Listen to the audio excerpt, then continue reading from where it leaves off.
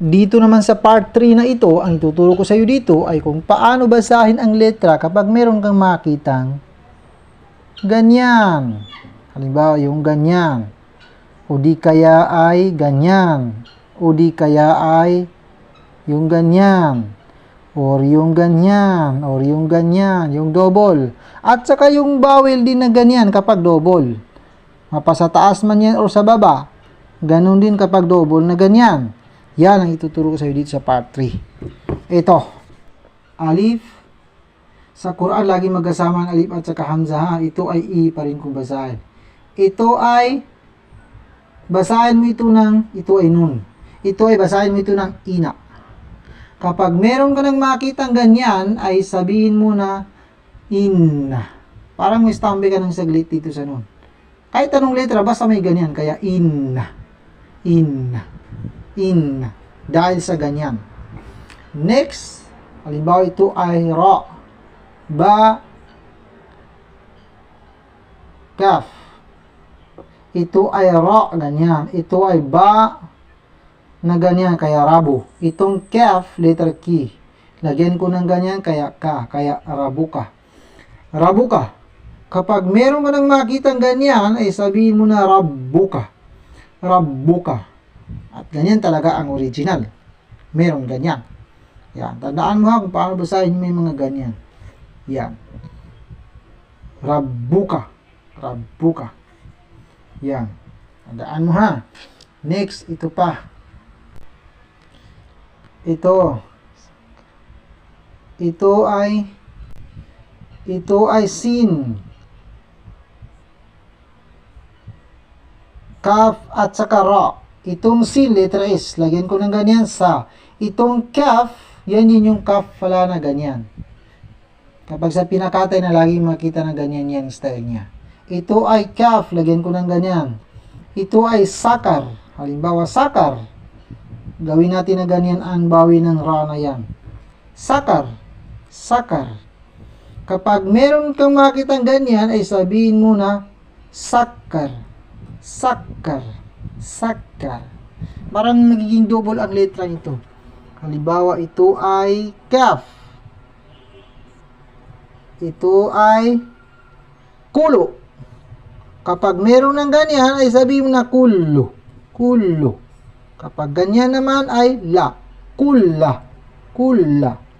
Kapag dito naman ay kuli. Kuli. Yan. Tandaan mo ha. Yan. Basta may mga ganyan. Marami pa yan. Makita natin. Unti-unti na tayo mapupunta sa Quran. Itong double na ganyan. Kapag halimbawa itong alif ay ganyan lang, sabihin mo na a. Kapag double na ay sabihin mo na lahat ng magigita mong double na ganyan, mapasa taas man itong double na ganyan, sa taas man yan o sa baba, at saka yung ganyan, napapunta sa letter O, basahin mo sila na magtatapos sa letter, mag-i-ending sa letrang nun. Kaya ito ay an. Dahil double. Kapag ganyan ay i. Kapag double, in. Yan, tandaan mo ha. Bawa ito ay dal. Ito ay di. Kapag ganyan ay din. Yan, tandaan mo ha. Yan ay da. Kapag dalawa, dan. Yan, tandaan mo ha. Ito naman ay papunta lang sa letra O. Ganun pa rin, magtatapos pa rin sa letrang O. Halimbawa, U. Kapag double, un. Yan, halimbawa dito, du. Kapag double, dun. Nakalimutan ko pala. Ganyan, ganyan man or ganyan, ganyan or ganyan, ito ay pareho lang yan ha. Kahit saan makita mo ay pareho lang yan ha. Pareho lang yan. Magtatapos sila sa letrang nun. Pero may mga exception pa ito. Makikita rin natin kapag sa Quran na. May mga exception ito. Kapag silang mga itong mga bawin na yan, mga double na yan, kapag sila ay babanggain nila ang letrang ito ay ra, mim, waw, ya, bakit mo kalimutan ko na yung iba? Lam. Pa ba yung nakalimutan ko? Ganun din kapag lam alif, ang lam alif ay pareho lang yan eh. Kapag ang mga vowel na ganyan, mapasa taas man o sa baba, at saka yung vowel na ganyan, mga double na yan, magtatapos sila sa letrang nun, pero kapag ito ang kanilang babanggain, ay hindi pa rin. Malalaman natin kapag sa Quran na yun. Huwag muna tayo dito. Halimbawa, isulat natin ay napansin. Nun. Ganyan natin, lagyan natin ng ganyan, na. Ito ay fa. Napa. Ito ay nun. Lagyan natin ng ganyan, kaya napan. Sin.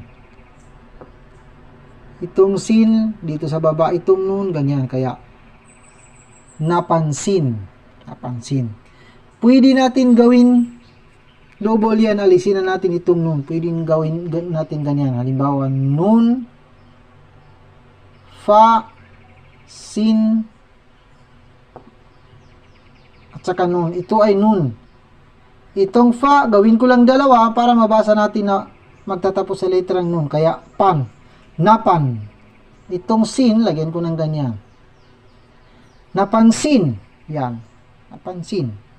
Pwede pang gawin mo na lang itong sin, wala lang nun. Gawin mo rin dalawa. Yan, napansin. Yan, napansin. Kaya tandaan mo ha. Ulitin ko, silang mga ito ay magtatapos sa letrang nun. Kung basahin, maliban na lang kung babanggain nila ang mga letrang ito. Yan.